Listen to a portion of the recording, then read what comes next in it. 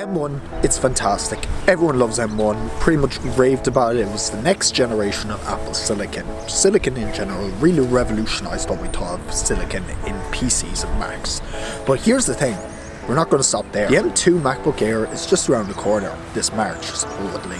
And this is everything we can expect to see.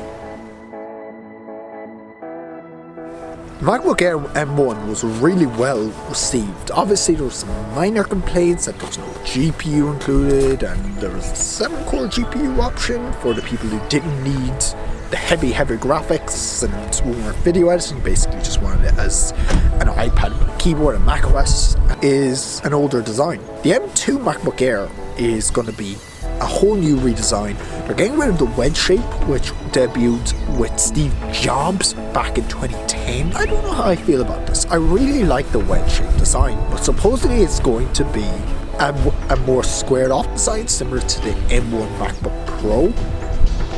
And this is where I think the M1 MacBook Pro is going. This MacBook Air is supposedly going to have colours similar to the iMac.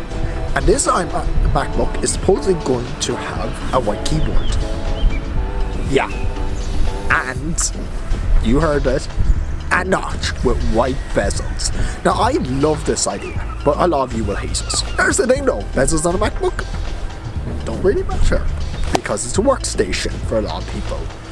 And I think they'll get rid of the M1 MacBook Pro in favour of this design. If this is the case, I feel like they'll just move the manufacturing line to the MacBook Air. I think it'll be very similar design-wise. They might even give us a 15-inch MacBook Air, finally, which would be incredible because battery life on the M1 already, amazing. But if you give it a bigger battery, I'd love to see what it could do. It's also supposedly going to get the SD card slot and the HDMI slot back, but if it doesn't get those, I'm not going to be upset. It's the baseline budget MacBook, but if it's everything we think it's going to be, and it's blue, I think I might be in the market for a new MacBook already, which is something I didn't think I'd be saying.